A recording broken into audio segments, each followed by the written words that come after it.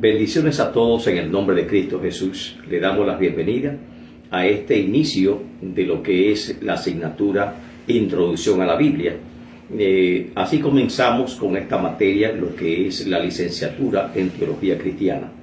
Le damos la bienvenida a todos aquellos que se han inscrito nuevo en la Universidad Teológica Yalón, como también, han decidido proseguir sus estudios teológicos, lo cual es bien recomendable para todos nosotros, amén, ya que necesitamos capacitarnos más para la obra del Señor.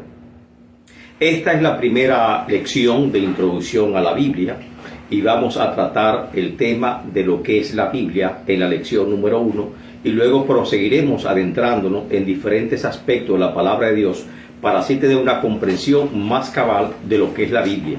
Luego de esta asignatura seguiremos con otras, profundizando lógicamente y analizando libro por libro las Sagradas Escrituras, para que así crear en los estudiantes de teología lo que es una base bíblica que es fundamental para una concepción teológica. La primera pregunta que haríamos es: ¿qué es la Biblia? Es el libro por excelencia, siempre se ha dicho. La Biblia proviene del griego Biblia, amén, plural biblión, que significa papiro o libro, y si el diminutivo es simplemente biblos. Recibe este nombre en sí porque es un conjunto de libros, o sea que el vocablo Biblia significa conjunto de libros. En efecto, la Biblia es el conjunto de los libros sagrados del cristianismo, considerados como canónicos o libros inspirados. Cada vez que pronunciamos la palabra canónico, significa que están en la lista de los libros sagrados, amén, y por lo tanto se consideran como inspirados. Abraham Lincoln dijo acerca de la Biblia: creo que la Biblia es el mejor regalo que Dios jamás haya dado a los hombres. Todo el bien que emana del Salvador del mundo se nos comunica a través de este libro. La Biblia es la colección de libros más completa, comparada únicamente como una gran biblioteca en sí mismo. La Biblia trata diversos temas, diversos géneros literarios, amén, y por lo tanto abarca una gran gama de aspectos culturales y de conocimiento, diríamos que ha sido preservado por cientos y miles de años, una nación que es admirada por todo el mundo, que es la nación de los judíos. Samuel Chadwick expresó: ninguna persona que conozca la Biblia es inculta y nadie es sabio si es desconocedor de sus enseñanzas. Esto significa que la Biblia realmente da conocimiento, da cultura, da sapiencia, amén, activa la mente de aquellas personas que son asiduos lectores de ella. Nadie se puede llamar inculto, amén, si conoce la Sagrada Escritura. Y aquellos que dicen que son sabios y la desconoce, lógicamente su sabiduría está limitada. Hay un mandato en ella misma de leer las Escrituras. En Juan 5:39 dice: Jesús dijo: escudriñad las Escrituras, porque a vosotros os parece que en ellas tenéis la vida eterna, y ellas son las que dan testimonio de mí. Y sobre todo tomamos las palabras Apocalipsis capítulo 1, versículo 3, sobre la primera bienaventuranza de este gran libro. Y esta bienaventuranza nos dice: bienaventurado el que lee y los que oyen las palabras de estas profecías y guardan las cosas en ellas escritas, porque el tiempo está cerca.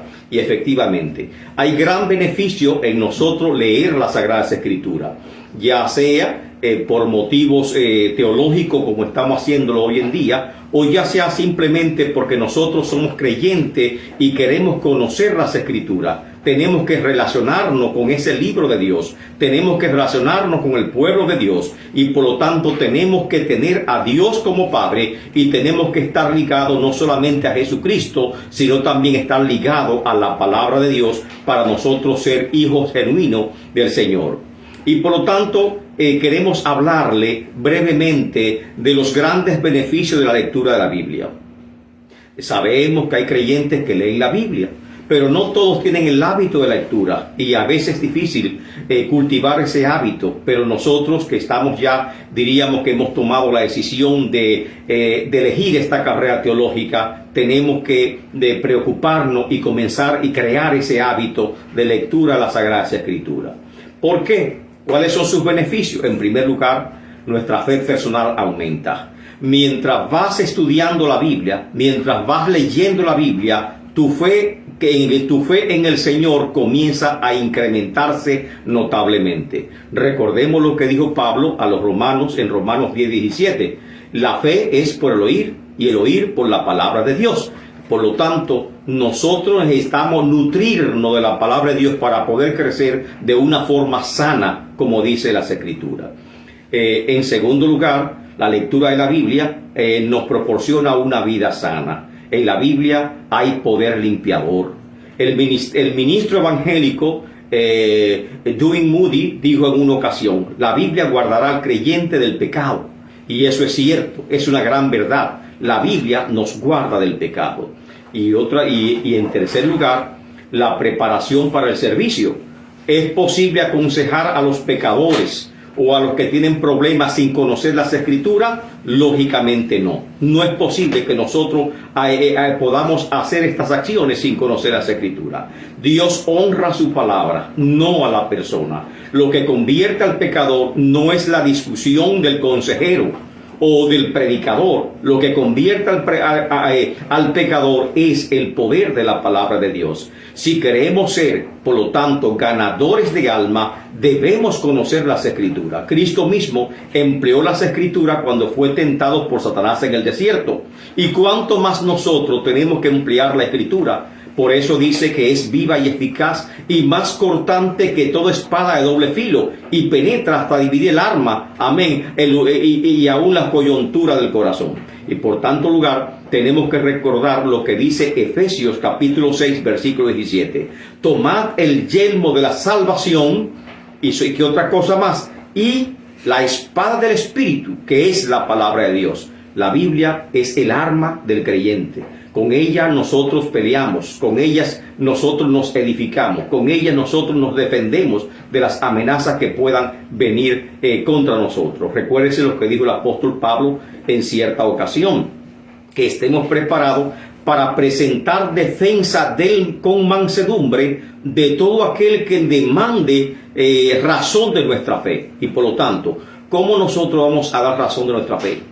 Cuando nos indaguen, nos pregunte acerca de Cristo, cuando nos indaguen o pregunte acerca de nuestras creencias fundamentales, amén, no vamos a decir simplemente no porque el pastor dijo. No estamos apoyando lo que dijo un pastor o un predicador. Tenemos que apoyarnos en lo que dice la palabra de Dios, y para eso tenemos que conocer la palabra de Dios. Y por lo tanto, el tercer beneficio que le estamos señalando, amén, de aprender o leer la palabra de Dios, es que la palabra de Dios nos capacita para el servicio. Es el garaje necesario, es el background necesario que nosotros nos hace falta para poder ministrar al mundo y ministrar también a otro.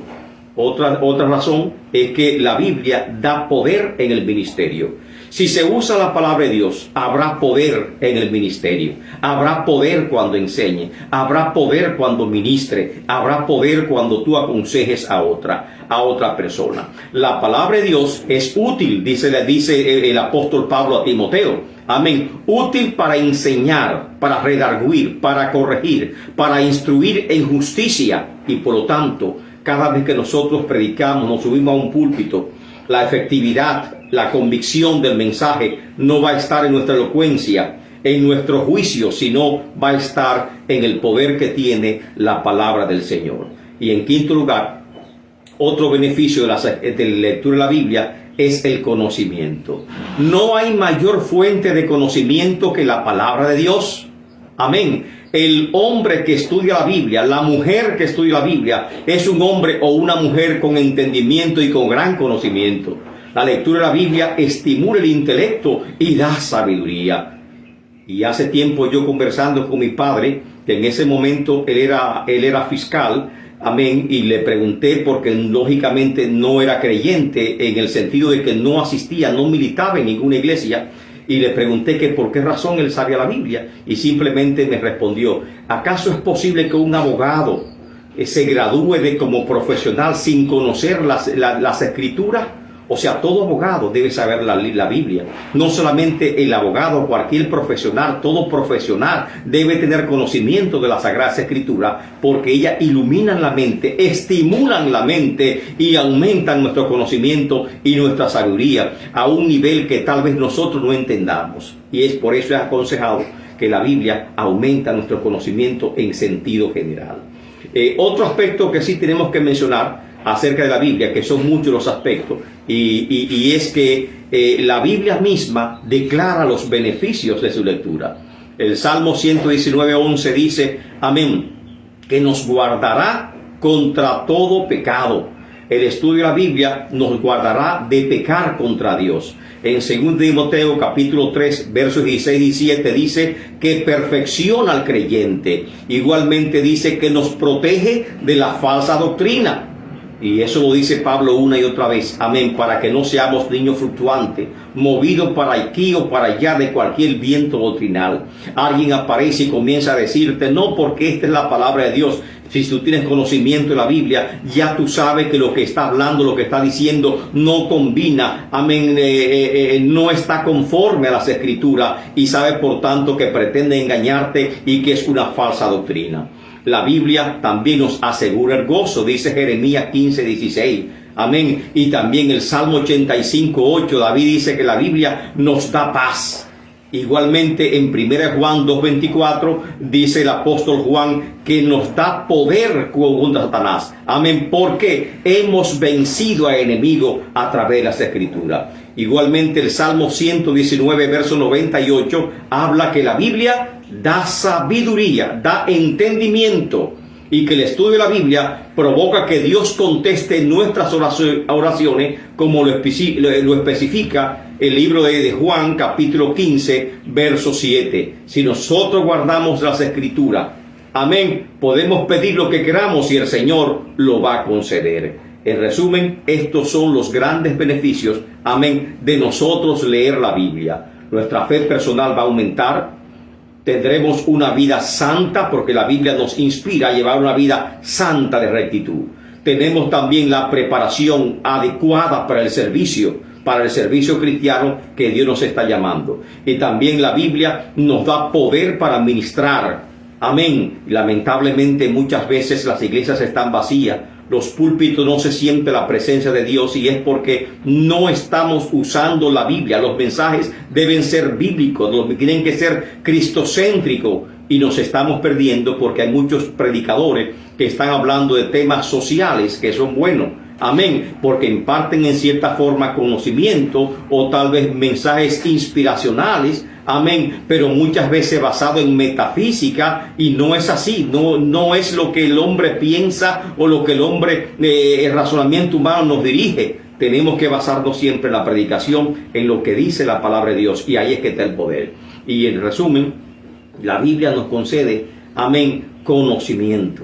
Y eso es lo grande, amén, que tenemos diríamos, estimula el intelecto. Cada vez que leemos la Biblia, el intelecto se está estimulando, está creciendo. Amén. Y es importante, por lo tanto, que nosotros nos convirtamos en asiduos lectores de la Sagrada Escritura. Hablando de la Biblia, tenemos que notar lo que es la singularidad de la Biblia. Y cuando hablamos de singularidad, hablamos de aspectos que son únicos en ella y particulares. ¿Sabía usted que la Biblia fue el primer libro en ser impreso? Esa es una particularidad única en la Biblia. Es el libro también más leído en el mundo entero, el libro más publicado, el libro más traducido, y a pesar de también es el libro más perseguido. Han intentado destruirlo, han intentado, amén, perseguirlo, y sin embargo la Biblia se mantiene en pie. Y aquellos que han intentado algo contra ella ya no existen, y la Biblia se mantiene, amén, de esa forma activa hasta el día de hoy. La Biblia ha sido traducida hasta la actualidad en más de 2.454 idiomas y dialectos en el mundo conocido. Por lo tanto, es el libro con más traducciones que hay a los idiomas originales. ¿Cuáles nombres recibe la Biblia? Bueno, si nosotros comenzamos a analizar en la propia Escritura qué nombre se le da, vamos a encontrar los siguientes nombres. Primero se le llama el libro. En el Salmo 47 y Hebreos 17 se le llama el libro. Las escrituras reciben el nombre del libro y no reciben este nombre simplemente por ser una colección de libros, sino porque la Biblia es la recopilación única y exclusiva de textos sagrados compendiado, amén, que son considerados como canónicos, es decir, que son inspirados y son reconocidos con esa inspiración por las dos grandes religiones monoteístas del mundo, que es el judaísmo y el cristianismo. Es el libro en particular porque la Biblia tiene preeminencia sobre cualquier otro libro del mundo. Es más que un simple libro, es más que un libro cualquiera, amén, y está tan alto de cualquier otro libro como está, amén, como los cielos de la tierra. Por eso se le llama el libro por excelencia. También recibe el nombre de la palabra, amén, refiriéndose a la palabra de Dios. De los títulos que tiene la Biblia, la palabra de Dios es tal vez el más significativo, impresionante y completo. Este nombre da a entender que Dios habla al hombre, manifiesta la autoridad divina y se usa con frecuencia en el Antiguo Testamento y unas 40 veces se usa en el Nuevo Testamento. Tenemos como referencia a Marcos 7:13, la palabra de Dios, Romanos 10:17 y Hebreos 4:12, que nos habla de la palabra de Dios. Amén, porque es Dios quien habla y esa es la autoridad que tienen las escrituras. Y también, lógicamente, se le llaman escritura. La frase escritura se usa más en la época de la iglesia primitiva que en la actualidad. Deriva de la palabra latina escritura, que literalmente significa obra escrita, y se refiere a la palabra inspirada de Dios. Amén. No cualquier escritura, sino aquella que fue hablada por Dios. Referencia, Mateo 22:29, habla de las escrituras, Lucas 24:27, Juan 5:39, y así de forma sucesiva podemos encontrar muchas referencias donde se habla de las escrituras en el Nuevo Testamento. Y finalmente recibe el nombre de pacto, y la palabra pacto quiere decir alianza. Amén. Posteriormente significó testamento. Con esta palabra se quiere indicar la alianza que existía entre Dios y su pueblo. El viejo pacto fue dado en el monte Sinaí y trata de la historia del pueblo judío y de su llamamiento como pueblo judío. Dios establece un nuevo pacto a través de Jesucristo y comienza este pacto con el derramamiento del Espíritu Santo en el día del Pentecostés. Este pacto trata de la historia y aplicación de la redención hecha por Cristo en la cruz del Calvario. Por lo tanto, estos son los cuatro nombres principales que recibe la Biblia. El libro, porque se refiere a una colección de libros sagrados. Amén. La palabra de Dios, que es el nombre más completo y significativo, que nos habla de la autoridad de las Escrituras. También recibe el nombre de las Escrituras, haciendo referencia a las Escrituras sagradas, y el pacto o alianza con Dios, porque Dios tiene un concepto de pacto y nosotros al guardar esa Escritura estamos haciendo un pacto con Dios, un pacto de bendición, un pacto de esperanza. En el Salmo 119, que siempre hemos dicho que es un salmo, diríamos, acróstico, porque es un poema bello, y acróstico porque cada párrafo del salmo comienza con una letra del alfabeto hebreo, y hay 22 párrafos en el Salmo 119 y cada párrafo inicia con una letra del alfabeto hebreo, y por tal razón se llama acróstico porque es una composición literaria muy fina, muy delicada, amén, compuesta, amén, para honrar o para darle honor a la palabra de Dios o exaltar la palabra de Dios. En este salmo aparecen algunos sinónimos de las escrituras o de la Biblia. Por ejemplo, en el verso 1 se le llama la ley, se le llama el testimonio, los mandamientos, los estatutos, el mandato, la palabra o los juicios de Dios. Todos son sinónimos. La ley, Torah, testimonio, edut, mandamiento, pikop, amén, estatuto, nok, mandato, bisbad, amén, y así de forma sucesiva. En hebreo existe una gran gama de sinónimos para nombrar la palabra de Dios. Y por lo tanto, estos son los nombres que conocemos de las Escrituras. Viendo los nombres, sería bueno ahora notar las grandes divisiones. Y creo que todos somos conocedores de la división de la Biblia. La Biblia en el cristianismo se divide en dos grandes tomos. Digo cristianismo porque en los judíos nada más tienen el Antiguo Testamento y se llama Tanakh, la Biblia hebrea. Nosotros tenemos Nuevo Testamento y Antiguo Testamento.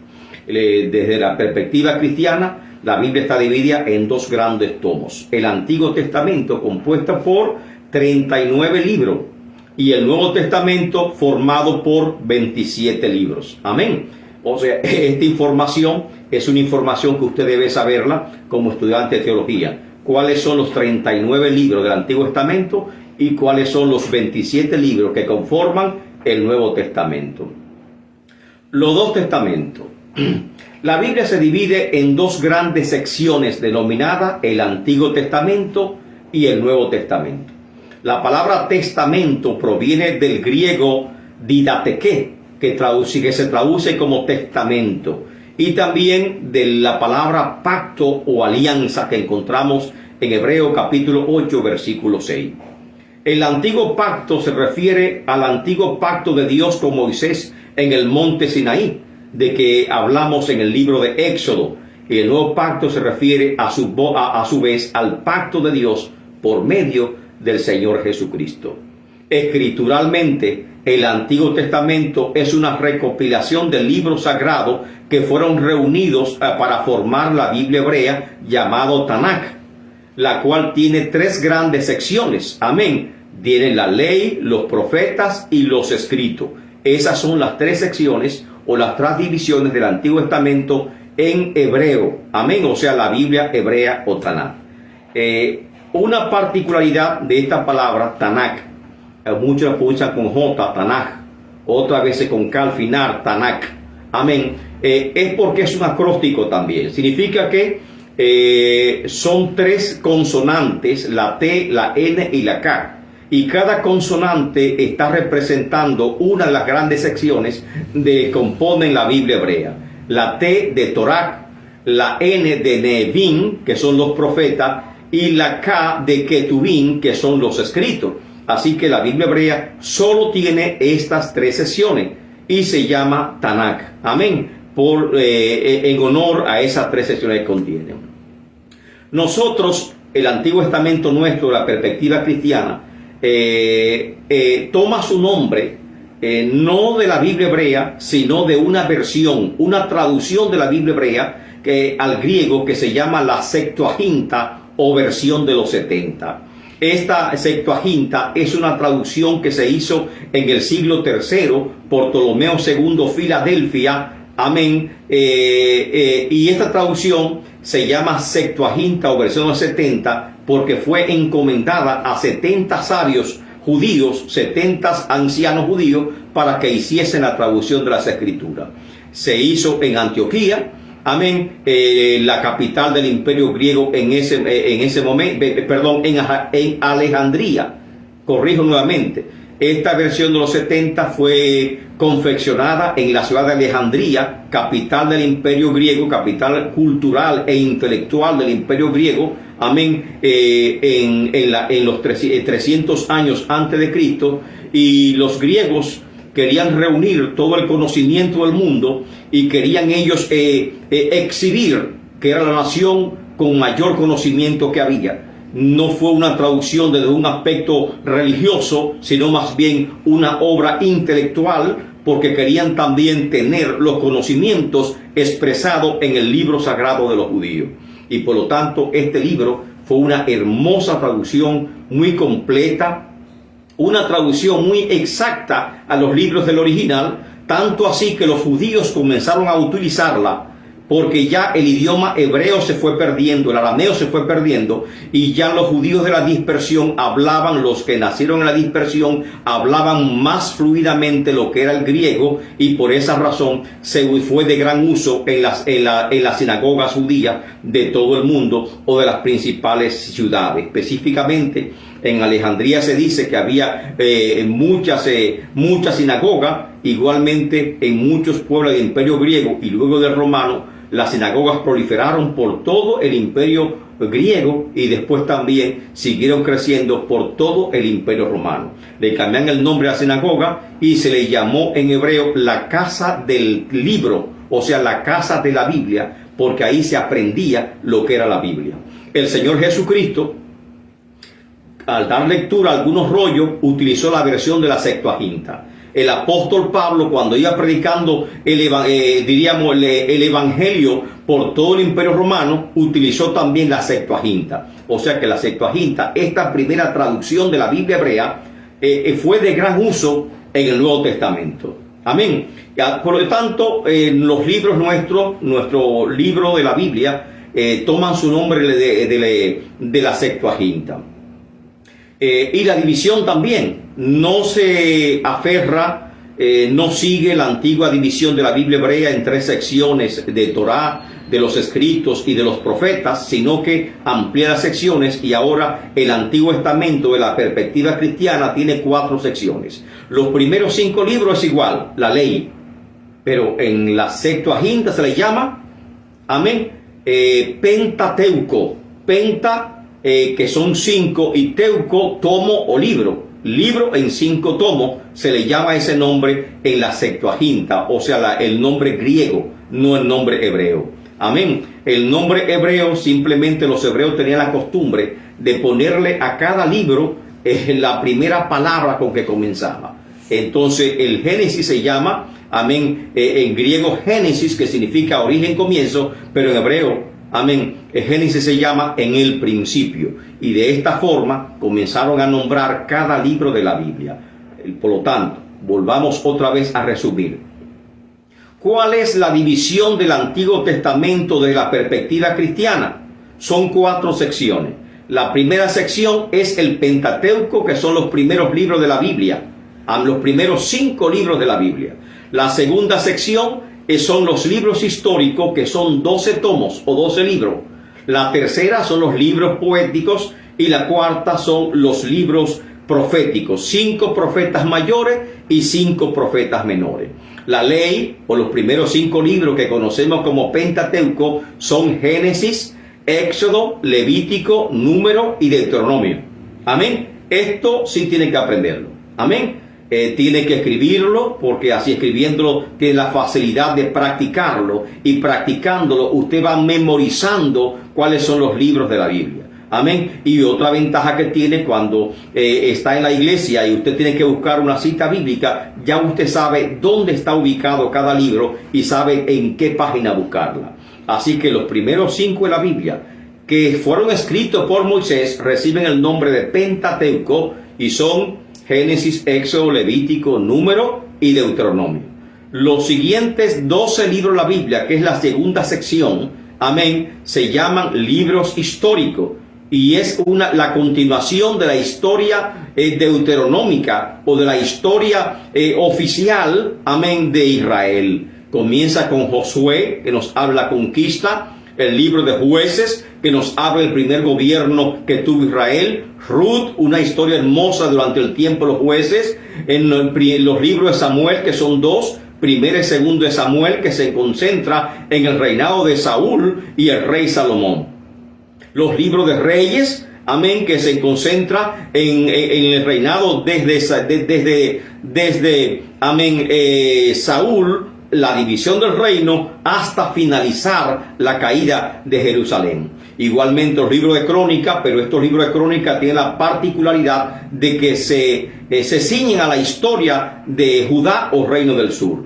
Esdras, Nehemías y Esther. Estos son los 12 libros que conforman los libros históricos. La ley, 5 libros, que son el Pentateuco, los libros históricos, que son 12. Luego siguen los poéticos, que todo el mundo lo conoce, amén, y que son muy leídos por todos. No hay gran dificultad. El libro de Job, ¿quién no lo conoce? El libro de los Salmos, tan bello, tan práctico, que es usado constantemente en nuestras iglesias para alabar y glorificar el nombre del Señor. El libro de Proverbios, que nos da sabiduría. El libro de Eclesiastés, que tiene un mensaje tan hermoso Y el libro de Cantar de los Cantares, un mensaje tan romántico, amén, que todo joven, que toda joven quiere leer y entender el libro de Cantar de los Cantares. Estos son los 5 tomos de lo que forman los libros poéticos. Y el Antiguo Testamento finaliza con los libros proféticos. Se clasifican en mayores y menores, no porque tenga uno más importancia que otro, sino por la extensión de cada libro, es decir, el volumen que tiene cada libro, la cantidad de capítulos que tiene. Y los más extensos son Isaías, Jeremías, Lamentaciones, Ezequiel y Daniel. Estos 5 libros son los profetas mayores. Los demás libros en la Biblia hebrea se conoce como un solo libro, le dicen los 12. En la Biblia nuestra, en la perspectiva evangélica, se conocen como los profetas menores, comenzando con Oseas, Joel, Amós, Abdías, Jonás, Miqueas, Nahum, etc., hasta llegar a Malaquías, que es el último de los profetas menores, y de esta forma, por tanto, se divide nuestro Antiguo Testamento. ¿Cuántas secciones tiene el Antiguo Testamento? 4 grandes secciones. ¿Cuáles son? El Pentateuco, libros históricos, libros poéticos y libros proféticos. Los libros proféticos, ¿cómo se clasifican? En 2 grandes secciones: los profetas mayores y los profetas menores. Amén. El Nuevo Testamento por igual, amén, posteriormente recopilado como nuevos escritos sagrados, nos habla de la vida y la doctrina del Señor Jesucristo y de sus apóstoles y discípulos directos, sobre cartas y libros que ellos directamente escribieron. Pero no siempre se llamó, amén, Nuevo Testamento. Esa palabra surgió ya a partir del siglo II para diferenciarlo del Antiguo Testamento. Es decir, en el momento que se aprueba el canon del Nuevo Testamento, para diferenciar lo antiguo, ya recibe el nombre de Nuevo Testamento. El Nuevo Testamento cristiano forma 27 libros que son canónicos porque están reconocidos como inspirados, y se agrupan en 4 clasificaciones. Los evangelios que todos conocemos, amén, en Mateo, Marcos, Lucas, amén, que esos 3 primeros se llaman sinópticos porque son muy parecidos y contienen los mismos relatos, amén, y sinopsis se llama vista en común. Y el 4º evangelio es el Evangelio de Juan, y que fue uno de los libros, diríamos, escrito, de los últimos libros escritos en el Nuevo Testamento. Hay un solo libro histórico, que es el libro de Hechos de los Apóstoles.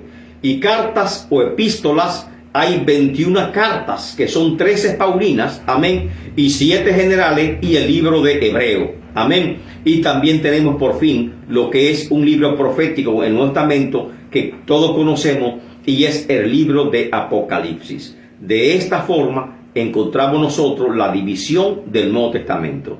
¿Cuántos libros contiene el Antiguo Testamento? 39 libros. ¿Cuáles son las divisiones del Antiguo Testamento? Y esto lo estamos repitiendo para que usted lo vaya memorizando. Amén. 4 grandes secciones: el Pentateuco, que son los primeros 5 libros; los libros históricos, que son 12; los libros poéticos, que son 5; y los libros proféticos, que son 17, 5 profetas mayores y 12 profetas menores. El Nuevo Testamento recibe este nombre a partir del siglo II, cuando se aprueba el canon del Nuevo Testamento para así diferenciarlo del Antiguo Testamento. Está formado por 27 libros que se llaman canónicos porque son inspirados y forman la lista de libros oficiales del Nuevo Testamento o escritura cristiana, que no está en la Biblia hebrea, pero sí está en nuestra Biblia. Esta parte de la Biblia del Nuevo Testamento está dividido en 4 secciones. Los evangelios, que son 4, Mateo, Marcos, Lucas y Juan; el libro de Hechos de los Apóstoles, que es histórico; las cartas o epístolas, que son 21 cartas y epístolas; 13 son escritas por Pablo, otras por los apóstoles. Otros apóstoles como Santiago, Juan y Pedro escribieron de estas epístolas, amén, y forman en total 21 cartas. Y finalmente el libro de Apocalipsis, con que se cierra el canon del Nuevo Testamento, amén, y de esta forma el Nuevo Testamento está conformado por 27 libros que debemos conocer, y debemos relacionarse. Recuerde que estamos en esta clase de introducción a la Biblia. Son asuntos muy fundamentales que ya estoy seguro que ya usted sabe. Y digo como el apóstol Pablo, simplemente lo estamos diciendo para recordar, amén, para tener claro en la mente estos conceptos, pero son cosas que ya todo creyente, comenzando, amén, en el Evangelio, ya sabe, amén, son los rudimentos, como dice el apóstol Pablo. Hablando de la Biblia, hay algunos símbolos que nos dice la palabra acerca de la Biblia. Dice, por ejemplo, la Biblia es presentada por diferentes símbolos, los cuales nos hablan de su carácter y también revela su naturaleza. Entre ellos, podemos ver en Hebreos 4:12 que la Biblia es una espada. Y dice, porque la palabra de Dios es viva y eficaz y más cortante que toda espada de doble filo, y penetra hasta partir el alma y el espíritu, las coyunturas y los tuétanos, y discierne los pensamientos y las intenciones del corazón. O sea, nosotros no estamos llamados a ser críticos de la Biblia. Al contrario, la Biblia nos analiza a nosotros. Amén. Y esto es lo importante. También nos dice que es luz. Como dice el Salmo 115, verso 105. Lámpara es a mis pies tu palabra y lumbrera mi camino. Amén. Y uno de los beneficios de la palabra de Dios es que nos mantienen en una vida sana, en una vida disciplinada. Como el candelero en el tabernáculo, en el templo, la Biblia alumbra con una luz perfecta todas las cosas divinas, las cuales son reveladas ante nosotros. La Biblia es como una antorcha que alumbra el lugar oscuro hasta que aclarece el día y el lucero de la mañana se levanta, dijo el apóstol Pedro. Y lo encontramos en 2 de Pedro capítulo 1, verso 19. Es comparada como una estrella, como la estrella que guió a los sabios a la cuna donde estaba Jesús. La Biblia guía al hombre a la verdad, como dice Juan 8:32. Y conoceréis la verdad, y la verdad os hará libre. Y como columna de fuego que alumbró a Israel en el desierto, la Biblia nos alumbra el camino como hijos de Dios. La Biblia, igualmente, Santiago, el apóstol Santiago, dice que es como un espejo. Amén. Porque si alguno es oidor de la palabra, pero no hacedor de ella, este es semejante al hombre que considera en un espejo su rostro natural. Y así la Biblia, nos miramos en ese espejo y la Biblia nos examina, nos analiza, nos dice, nos muestra cómo somos.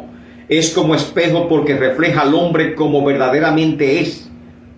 Culpable delante de Dios, pues ningún hombre es inocente. O nosotros somos pecadores arrepentidos que por la gracia de Dios nos ha aceptado como hijos de Él. Alabado el nombre del Señor. La Biblia también es como una fuente que lava, y ese es otro beneficio de la Biblia, que nos lava, nos purifica, nos limpia. Y como leímos anteriormente en el Salmo 119, verso 9, que pregunta, ¿con qué limpiará el joven su camino? Con guardar la palabra de Dios. En Efesios 5:25 encontramos, como Cristo amó a la iglesia y se entregó a sí mismo por ella, para santificarla. De la iglesia está hablando, habiéndola purificado en el lavamiento del agua por la palabra. O sea, la palabra es que nos limpia. Y Cristo le dijo también, ya vosotros estáis limpios por la palabra que os es hablado. En Juan capítulo 15, versículo 3. La palabra de Dios limpia, purifica el corazón del hombre de pecado, así como el agua limpia el cuerpo de contaminantes y suciedades. La Biblia finalmente nos dice que es un alimento que nutre. Es leche espiritual para el creyente débil. 1 Corintios capítulo 3, verso 2, Hebreos 5, del 12 al 13. La Biblia es pan para los hambrientos. Deuteronomio 8:3 y Isaías capítulo 5, verso 1 al 2. La Biblia es alimento sólido para los creyentes maduros, como ustedes, amén, que están ahora estudiando la palabra del Señor. 1 Corintios capítulo 3, versículo 2 y Hebreos capítulo 5, verso 12 al 14. La Biblia es miel para todos los que aman a Dios. Amén. Salmos 19, versículo 10. Encontramos esta palabra. ¿Qué es más la Biblia? Es como el oro. Dios nos ha dado en su palabra tanta riqueza perdurable que las riquezas del mundo no se pueden comparar con ella, como dice el Salmo 19, versículo 10. Jeremías 29 nos dice que es como el fuego. Amén. Jeremías 23, 29 nos habla que es como martillo que golpea la roca. Así es la Biblia. Alabado el nombre del Señor. Efesios 6:17 es como espada. Amén. Y Lucas 8:11 y 1 Pedro 1:23 nos habla que la Biblia es como una semilla que es plantada. Semilla que debemos sembrar en todas partes, como dice Isaías 32:20, que debemos sembrar en todo tiempo, Eclesiastés 11:6, y que debemos sembrar con amor y con pasión, como dice el Salmo 126, versículo 6. Amén.